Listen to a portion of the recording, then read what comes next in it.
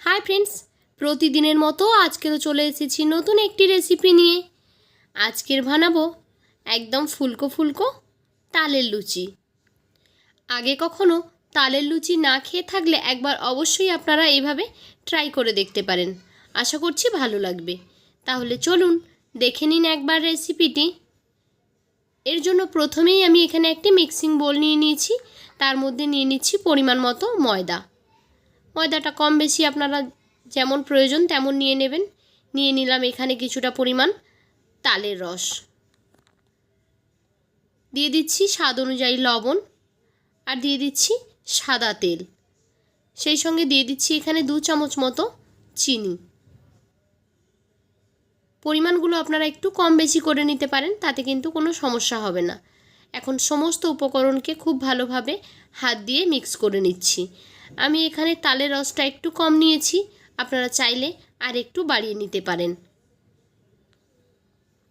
এখন এটাকে একটা সফট ডো তৈরি করে নিয়েছি।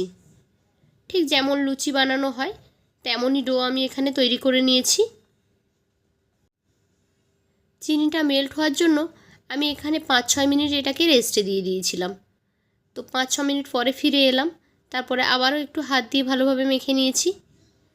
এখন এখান থেকে অল্প অল্প করে একটা লেচি কেটে রুটির মতো পাতলা করে বেলে নেব। আপনারা চাইলে ছোট ছোট লুচির আকারে তৈরি করে বেলে নিতে পারেন। আমি এখানে একটা বড় রুটির আকারে বেলে নিচ্ছি। তারপর সেখান থেকে কেটে ছোট ছোট টুকরো করে নেব।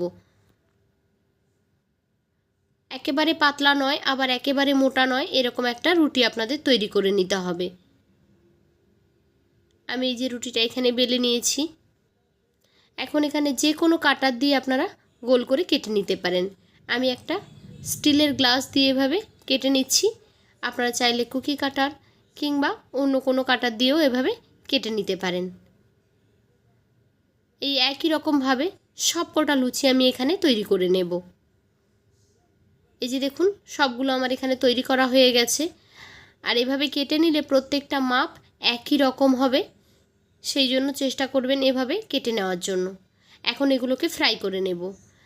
আমি একটি কড়াই বসিয়ে দিয়েছি। কড়াইটা গরম হলে এখানে আমি সাদা তেল নিয়ে নিয়েছি। তেলটা দেখুন ভালোভাবে গরম হয়ে গেছে। আর লুচিগুলো এখানে আমি ছেড়ে দিচ্ছি।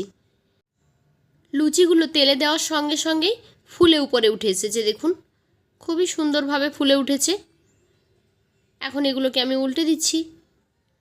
খুব তাড়াতাড়ি এগুলোকে উল্টে দিতে হবে, না হলে দেখুন কালারটা কিন্তু বেশি এসে গেছে।